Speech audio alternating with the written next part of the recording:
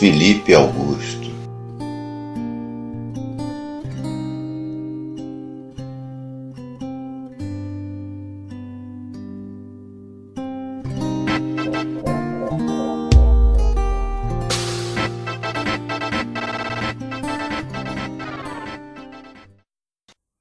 O Filipe II nasceu em 21 de agosto de 1165 e morreu em 1223. Ele era filho do Luís VII e da sua terceira esposa, Adélia de Champagne. Ele também era apelidado a Dádiva de Deus e Filipe Augusto, possivelmente devido ao mês que ele nasceu, em agosto.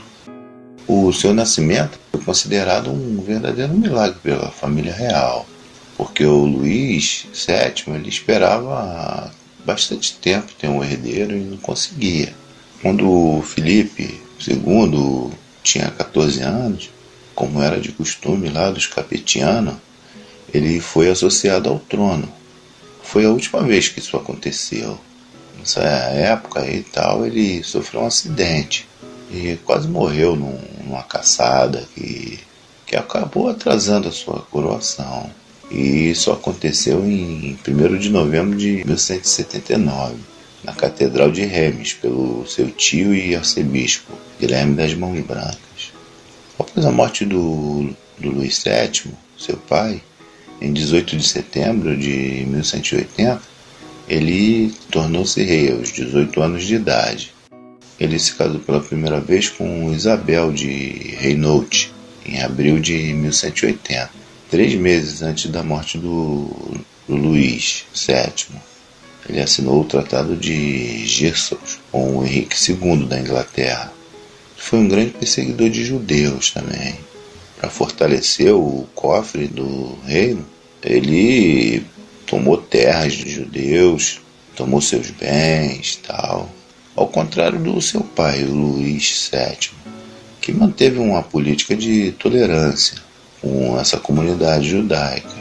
Nessa época, ele também travou o conflito com os barões liderados pelo Filipe da Alsácia, conde de Flandres, e conseguiu quebrar também as alianças do Filipe da Alsácia com o Godofredo III da Louvânia, que era duque de Brabante, e Filipe de Rysberg, arcebispo de Colônia. E em 1185 ele confirmou a posse das terras de Vermandois, também Artois, Amiens, pelo Tratado de Boves. Porque como vimos lá no vídeo lá da Leonora da Aquitânia e o Luís VII, após ela se separar do pai do Filipe Augusto, o Luís VII, ela se casou com o Henrique II da Inglaterra. E após esse casamento, o Henrique II aumentou os domínios da Inglaterra e também a sua influência. E o Filipe Augusto ele teve um papel muito importante na reconquista desses territórios, como a Aquitânia, Normandia, Vichy e outros, que a partir daí eles passaram a prestar vassalagem aos plantagenetas. E essa disputa ela permaneceu por um longo período. Os filhos do Henrique II, o Ricardo Coração de Leão e o João Sem Terra, eles eram rivais. No início, o Ricardo Coração de Leão e o Filipe Augusto eles eram amigos, tinham um bom relacionamento. Em 1189, o Papa Gregório III proclamou a Terceira Cruzada para combater os muçulmanos liderados pelo Saladino, que havia retomado Jerusalém em 1187.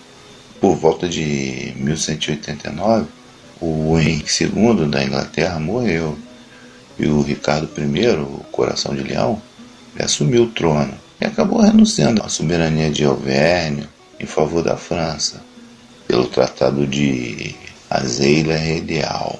Essa Terceira Cruzada ela teve grandes nomes como o Ricardo, também o Filipe, Filipe Augusto, Filipe II, também o Frederico Barbarossa e grande parte dos barões da França. Inclusive nessa cruzada o Frederico Barbarossa acabou morrendo.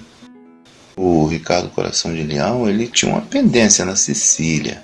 A sua irmã Joana ela havia se casado com Guilherme II E após a morte do Guilherme II, o Tancredo I da Sicília, ele havia dado um golpe lá e tomado o trono e aprisionado a sua irmã Joana. O Ricardo ele havia combinado com o seu cunhado, o Guilherme II, que ele financiaria parte dessa campanha, dessa cruzada, né? Antes de partir para a cruzada, ele resolveu ir para Sicília e resolver essa pendência. O Tancredo I da Sicília, ele também era conhecido como Tancredo de Laci.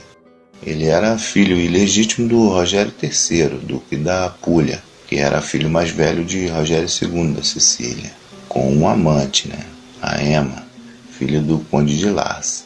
E daí o Tancredo herdou esse título de Conde de Laci. E também ele era descendente da casa de Altaville e conhecido como Fitzroger, filho de Roger.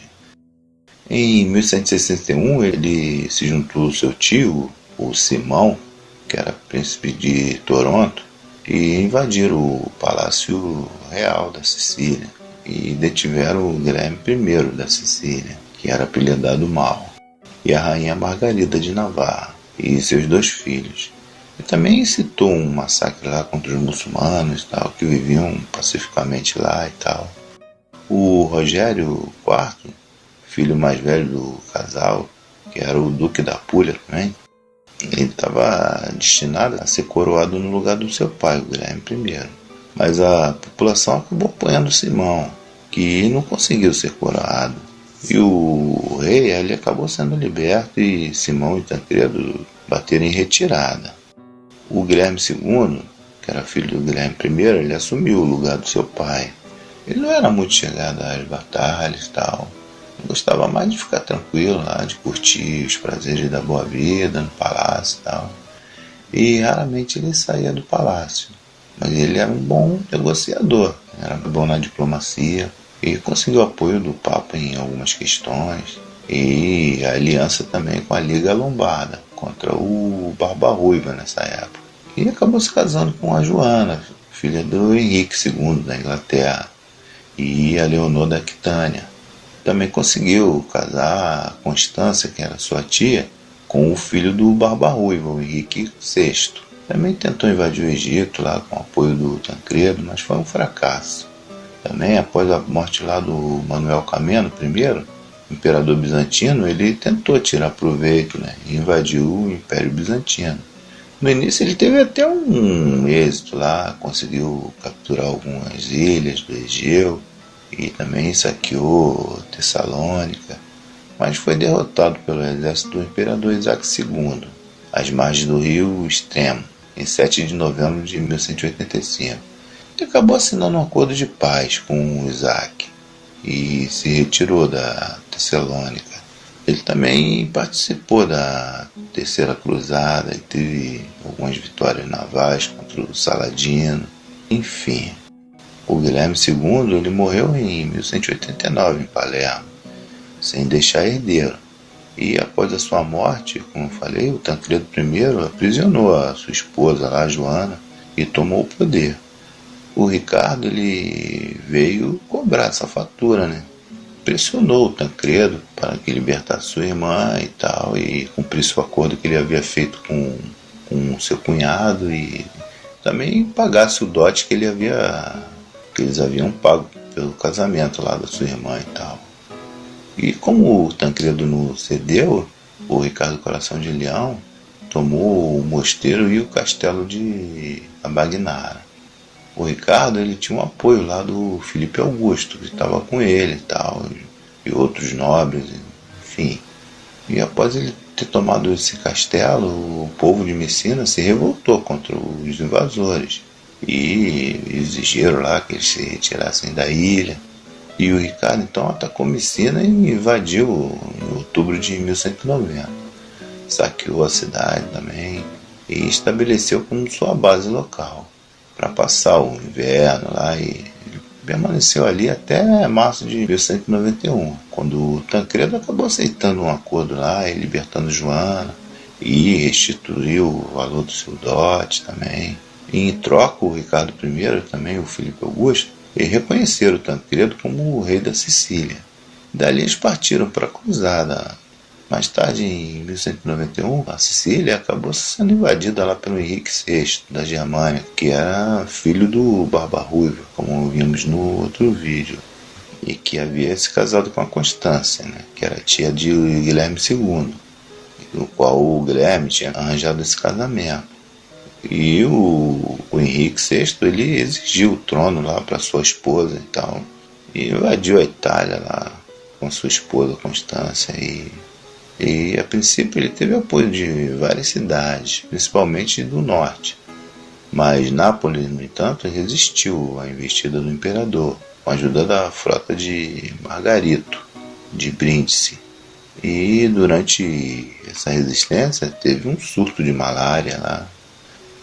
O Tancredo, em fevereiro de 1194, ele acabou morrendo.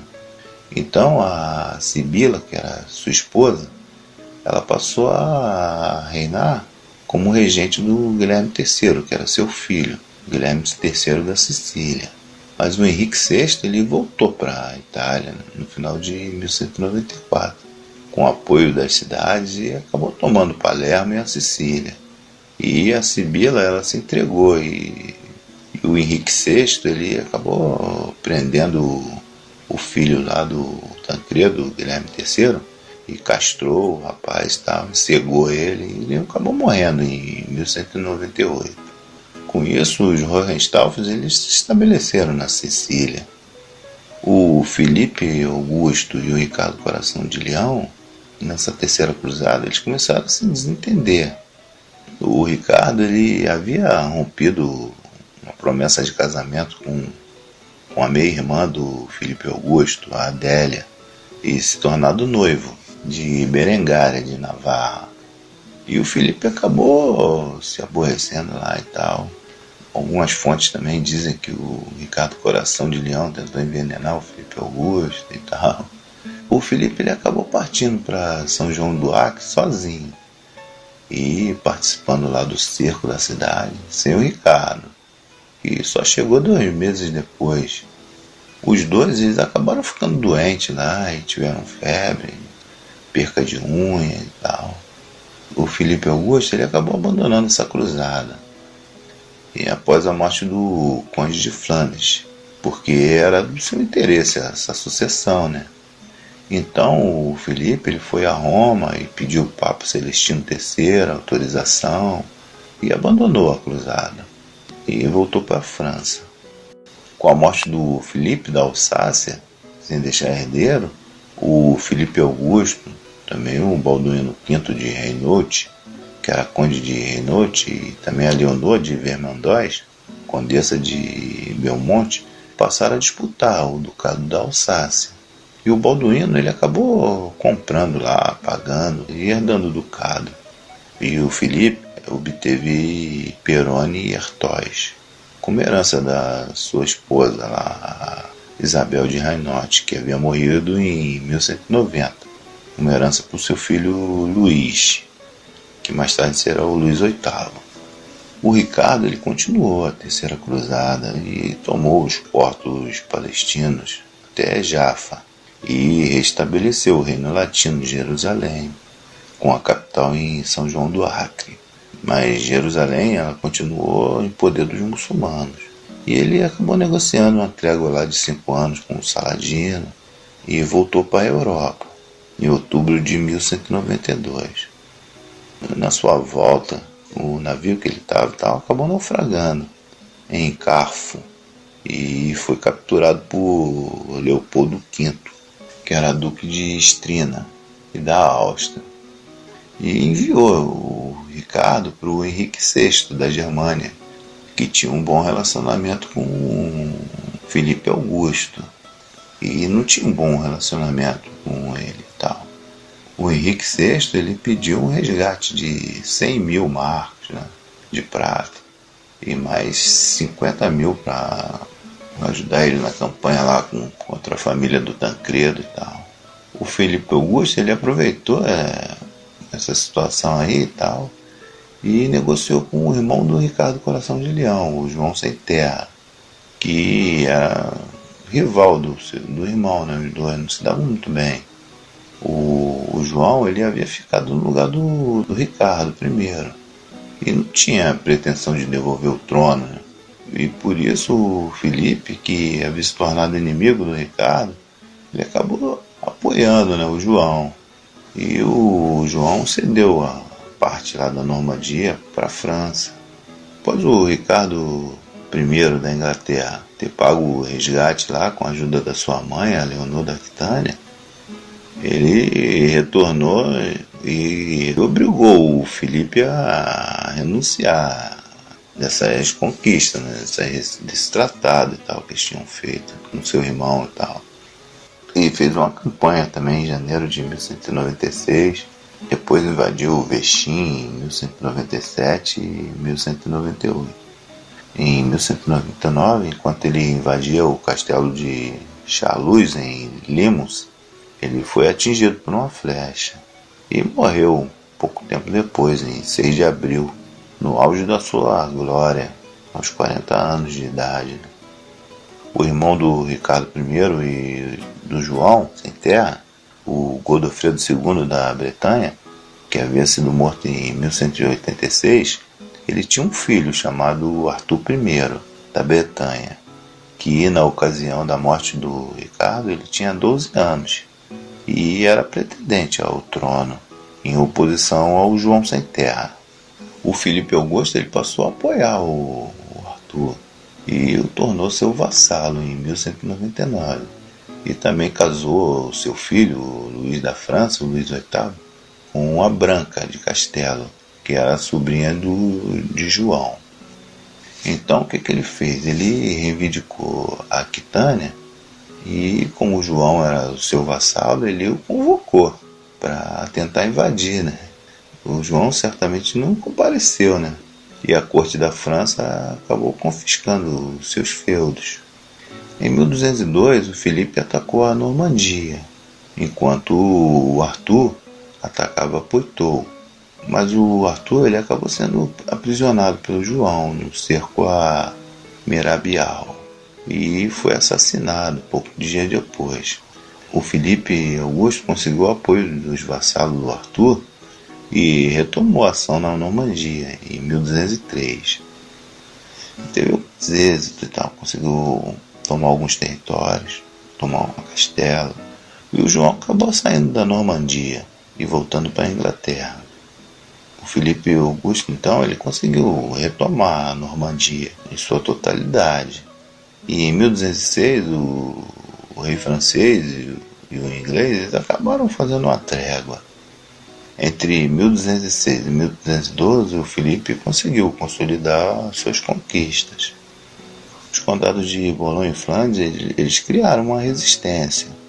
Então o Filipe casou o seu filho Filipe Uripel com a Matilde II de Bolonha, filha de Reinaldo Conde de Bolonha, que acabou traindo o Filipe.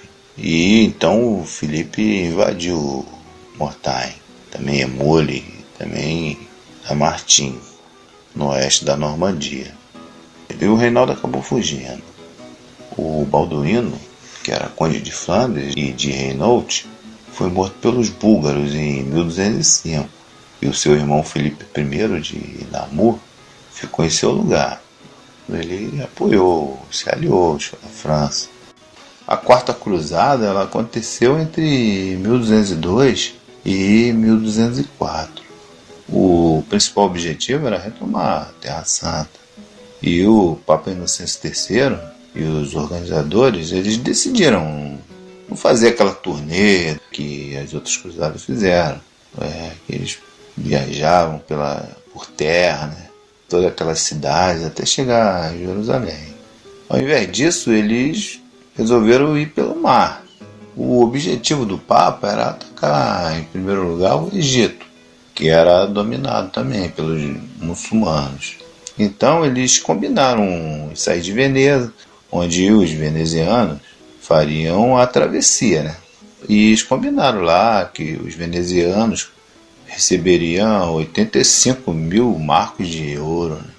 Esses cruzados eles eram liderados por Balduíno IX, que era conde de Flandres, e por Bonifácio II, marquês de Monferrato. Essa cruzada ela não teve uma boa arrecadação, né? E não tiveram dinheiro suficiente para pagar os venezianos. O duque veneziano Enrico Dandolo, ele queria o pagamento adiantado, mas como os cruzados não tinham, ele acabou fazendo um acordo com os cruzados, sem a participação do Papa. Veneza ela tinha um problema antigo com Constantinopla. Em 1182, os bizantinos haviam massacrado lá uns mercadores venezianos e os caras ficaram naquele rancor, né? Além de tudo, Constantinopla era uma cidade muito rica e próspera, né? Então os venezianos viram a oportunidade de, além de se vingar, saquear Constantinopla. Os cruzados eles atacaram primeiramente o porto de Zara, onde hoje fica a Croácia, a cidade de Zador. E essa cidade ela havia sido invadida pelo rei da Hungria, que era cristão e inclusive tinha até participado da Terceira Cruzada. O Zara era um ponto estratégico na navegação do Mar Adriático. O imperador bizantino Isaac II, Ângelo, ele havia ficado cego e o seu irmão Aleixo II havia usurpado o trono. E com isso estava acontecendo uma guerra civil. O filho do Isaac II, Aleixo IV, ele reivindicava o trono e pediu ajuda aos cruzados para que ele conduzissem o trono. E em troca acabaria com a cisma do Oriente e também colaboraria com as tropas cruzadas. E também pagaria uma soma em dinheiro e tal. E em 1203, os cruzados eles sitiaram a cidade. E o Aleixo III acabou fugindo. Ajudado pelo Aleixo IV, os cruzados invadiram e saquearam a cidade. E conduziram o Aleixo IV ao trono. E com a cidade saqueada, o Aleixo ele passou a cobrar impostos. Pesado, né? E o povo se revoltou. Também o povo já não estava satisfeito, né? Porque ele havia traído e tal. E ele acabou sendo assassinado. E os gregos eles nomearam o Aleixo V Ducas como um imperador. Os cruzados então voltaram em 13 de abril de 1204 e invadiram novamente Constantinopla e saquearam a cidade para valer. E cometeram novamente várias barbáries, né? Estuparam, invadiram as casas, mataram inocentes. Diz o historiador que eles profanaram a igreja de Santa Sofia, colocaram uma prostituta, né, para dançar no altar, trono do patriarca, e abarrotaram os navios lá com os tesouros da cidade. Enfim, de início o Papa ele não se agradou, porque o objetivo era outro, né? Mas depois que os cruzados saquearam lá Zara e conseguiram invadir Constantinopla, o Papa apoiou, né? E disse que Deus escreve certo por linhas tortas. Porque há muito tempo a igreja queria a reunificação, né? Do Ocidente e do Oriente. Enfim, Constantinopla era uma cidade muito próspera e tinha toda a riqueza da antiga Roma. A cidade era uma espécie de museu, né? Onde guardava obras-primas, artes antigas. E ali eles instalaram o Império Latino. Com isso, a Igreja Ocidental ela passou a dominar 3 impérios: o Sacro Império Romano Germânico, o Império Bizantino e o Império Latino. O Império Latino ele foi comandado por Veneza e durou meio século. Esse saque ele foi fundamental para a queda do Império Bizantino no século XV, porque arrasou as finanças da cidade. Então o Filipe ele casou a filha do Balduíno, que havia morrido, né, a Joana, com o Fernando de Portugal, que era seu vassalo. O Fernando ele acabou traindo o Filipe Augusto. O Filipe Augusto apoiou o Frederico II, filho do Henrique VI e neto do Barba Ruiva. que foi coroado rei dos romanos em 1212, contra o Otão de Brunswick. Os rivais do Filipe Augusto, o Otão da Germânia, o João Sem Terra da Inglaterra e outros inimigos e tal, eles acabaram se unindo, né? O Filipe ele reuniu os barões e Soissons em abril de 1213 e encarregou seu filho Luís de liderar a expedição contra a Inglaterra, com apoio de seus vassalos, menos de Fernando de Portugal, que também era conde de Flandres, e na verdade o seu casamento foi arranjado pelo Filipe Augusto.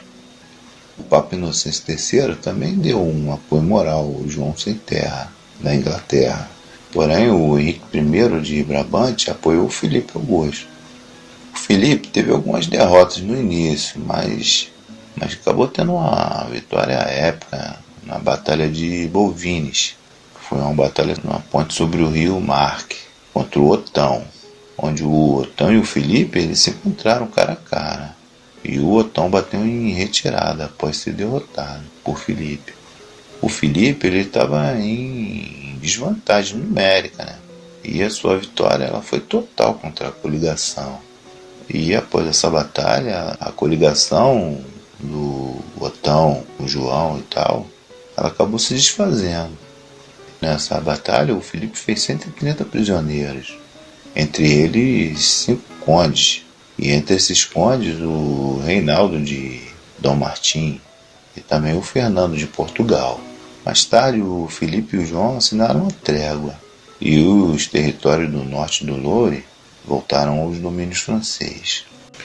E, paralelo a isso, estava acontecendo a Cruzada Albigense, ou a Cruzada contra os Cátaros, em Languedoc. Essa região de Languedoc ela foi conquistada pelos romanos em 1121 a.C. e era habitada por vários povos celtas e foi conquistada em 1121 a.C.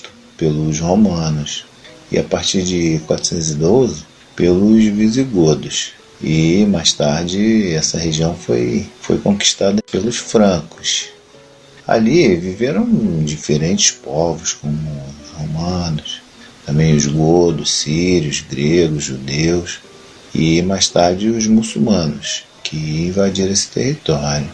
E em 732 foi retomado pelo Carlos Martel na Batalha de Poitiers. Após a derrota do Carlos Magno na Batalha de Roncesvalles para os bascos, ele criou o Condado de Toulouse e também outros condados como uma estratégia de defesa, principalmente contra os bascos, que avançava contra a Aquitânia. A partir de 850, o conde de Toulouse e Occitanos também incorporou as funções de Marquês de Gothia e Duque de Narbona, e governava livremente aquelas cidades. E essa região se tornou próspera, principalmente em consequência da reabertura do comércio no século XI e XII. E, paralelo a isso, um movimento religioso, conhecido como catarismo, começou a ganhar força.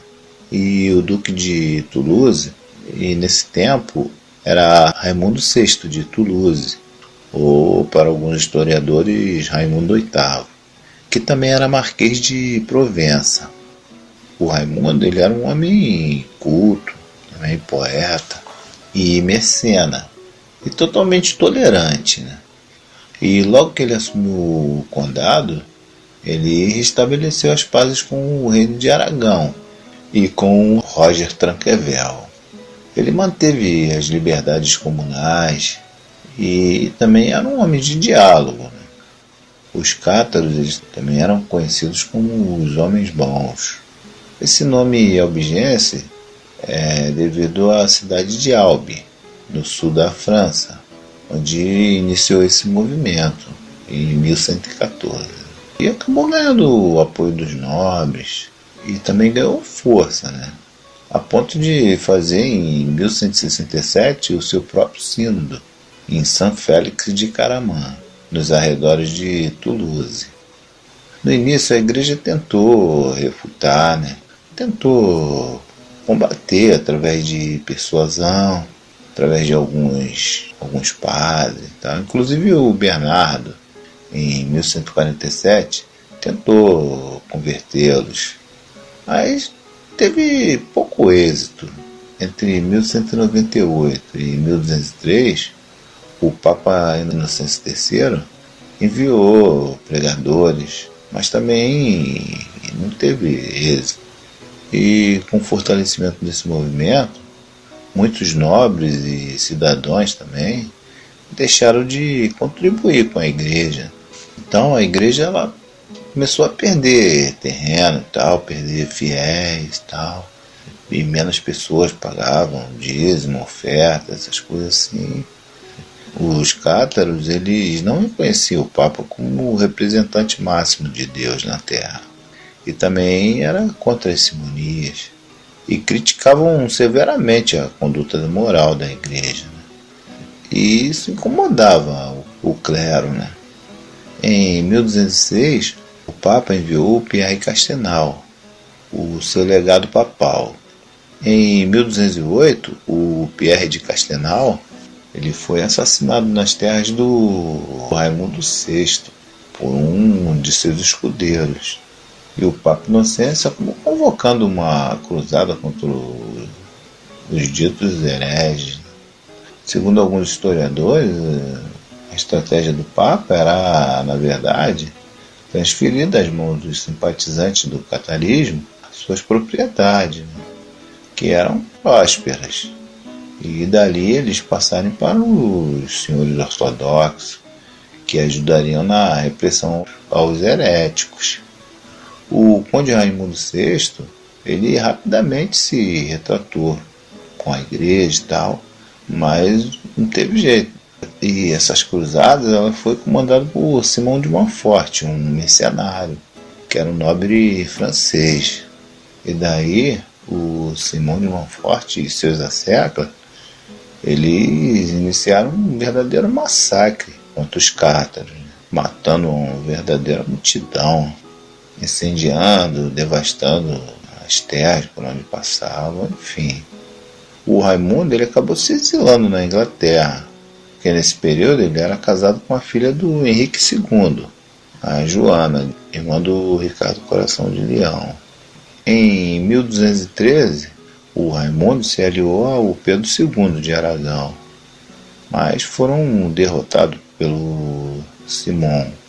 Invadiu Moretti e a nobreza local acabou retirando o seu apoio aos cátaros. O Pedro II acabou morrendo. Em fevereiro de 1214, o irmão do Raimundo VI, o Balduíno de Toulouse, ele foi raptado do seu castelo e enforcado. Em 1215, o Raimundo ele foi a Roma participar do Quarto Concílio de Latrão. E em agosto de 1216, o filho de Raimundo reconquistou a Belcare, e em 1217 o Raimundo reconquistou a possessão de Toulouse. E isso levou o Simão de Montfort a retornar à localidade.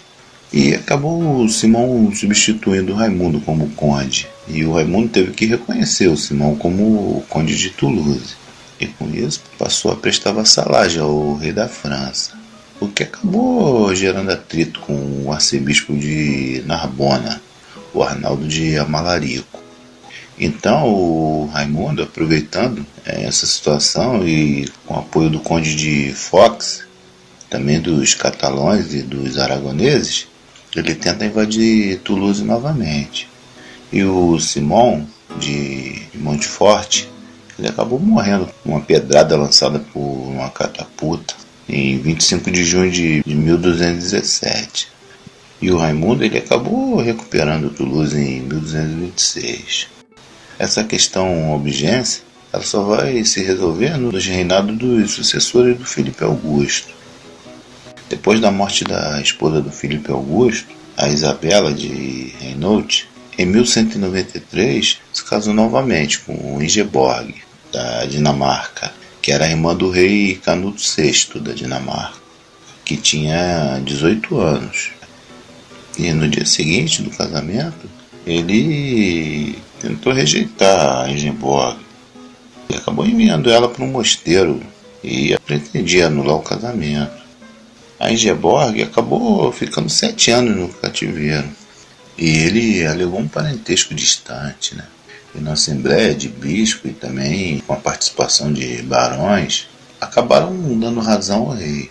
E assim ele se casou novamente com Inês de Maranha, que era uma nobre da Baviera, em junho de 1196. No entanto, o Papa Inocêncio III, após ser eleito em 1198, ele não concordou e ordenou que o Filipe se separasse da Inês e respeitasse o casamento com a Ingeborg. O Filipe ele não respeitou o Papa e o Papa então acabou excomungando o território que ele governava. Mas depois de algum tempo ele acabou cedendo e se reconciliando com a Ingeborg, mesmo não voltando a se juntar com ela, né? E mesmo assim ele continuou tentando a anulação do casamento e vivendo com a atual esposa. Mas em março de 1201, no concílio de Soissons, ele perdeu a razão. A Inês acabou morrendo em 1198, ao dar à luz o Filipe de Uripel.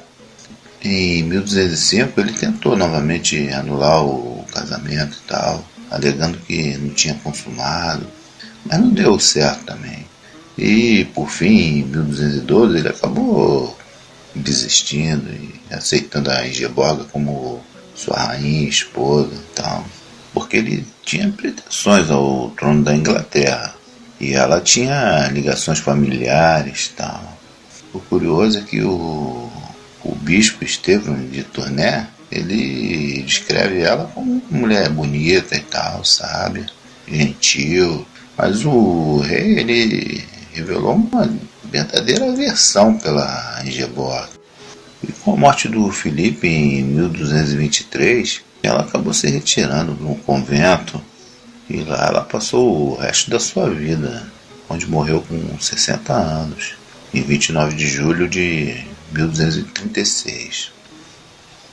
Depois dessa vitória sobre a ponte de Bouvines, o Filipe tentou depor o João Sem Terra do trono da Inglaterra. Ele alegou traição contra o Ricardo Coração de Leão em 1194 e também o assassinato do sobrinho do João, o Arthur. Em 1216, o seu filho, o príncipe Luís da França, futuro Luís VIII, ele conduziu uma expedição à Inglaterra e acabou se instalando em Londres. E também teve o apoio de rebeldes ingleses, mas encontrou resistência em Windsor, também Lincoln e Dover, e também o Papa apoiava o João, que acabou excomungando Luís VIII em 19 de outubro de 1216. Depois que o João Sem Terra morreu, o seu filho Henrique III, que tinha 9 anos de idade, ele foi coroado. Nesse tempo, o Papa Inocêncio III também morreu e foi sucedido por Honório III, que continuou apoiando os Plantagenetas. E os Plantagenetas também ganharam apoio dos bispos e também dos rebeldes que estavam apoiando os capetos franceses, né?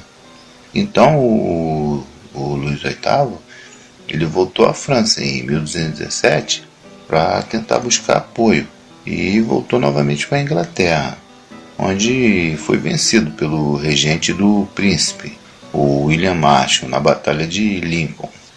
O Filipe Augusto ele morreu em 14 de junho de 1223 e foi sucedido por seu filho Luís VIII. O Filipe Augusto ele conseguiu prosperar territorialmente, também recuperou diversos territórios, também o Tesouro Real aumentou bastante também a população e deixou um território consideravelmente aumentado. Conseguiu aumentar sua suzerania, também incentivou construções e tal, de castelos, também fez grandes benfeitorias em Paris, criou universidades, hospícios, hospitais, o Palácio Medieval de Louvre, que foi integrado ao Museu de Louvre na década de 1190. E também instituiu os bailios, que eram uma espécie de comendador. E esses bailios eram assessorados pelos prebostes. Esses bailios eles eram nomeados pelo rei e tinham a função de percorrer os domínios reais, também administrativos, assuntos de justiça, também administrativos. Os bailios eles também comandavam as tropas reais. Inclusive tem uma história curiosa. Um bailio do Filipe Augusto, ele cobiçava as terras de um cavaleiro morto. E uma noite, na presença de 2 carregadores que ele tinha pago, ele fez com que o morto fosse desenterrado. Ele perguntou se o morto queria vender as terras e propôs a ele um preço. O defunto ele nem se mexeu. Então ele falou: quem cala consente. E em seguida ele deu algumas moedas pro morto lá e tal, colocou nas suas mãos e tal, e depois ele colocou o defunto no caixão e enterrou. Então mais tarde a viúva ela viu os seus domínios usurpados, então ela se dirigiu ao rei. Então o bailio ele foi convocado pelo Filipe Augusto na presença das suas 2 testemunhas, que acabaram atestando a realidade da venda. Então o Filipe Augusto ele percebeu, né, o engodo lá, a trapaça. Ele levou um dos carregadores para um canto e disse para ele em voz baixa: recita-me no ouvido o Pai Nosso. E depois do cara ter recitado lá o Pai Nosso e tal, ele exclamou em voz alta: muito bem. Então em seguida o segundo carregador foi convocado. O cara então ficou com medo e se convenceu que o companheiro dele tinha denunciado a tramóia. E então ele foi logo contando tudo o que aconteceu. E o bailio acabou sendo condenado e as terras devolvidas para a verdadeira dona. O Filipe Augusto ele se inspirou bastante no Henrique II da Inglaterra, a maneira de administrar, né?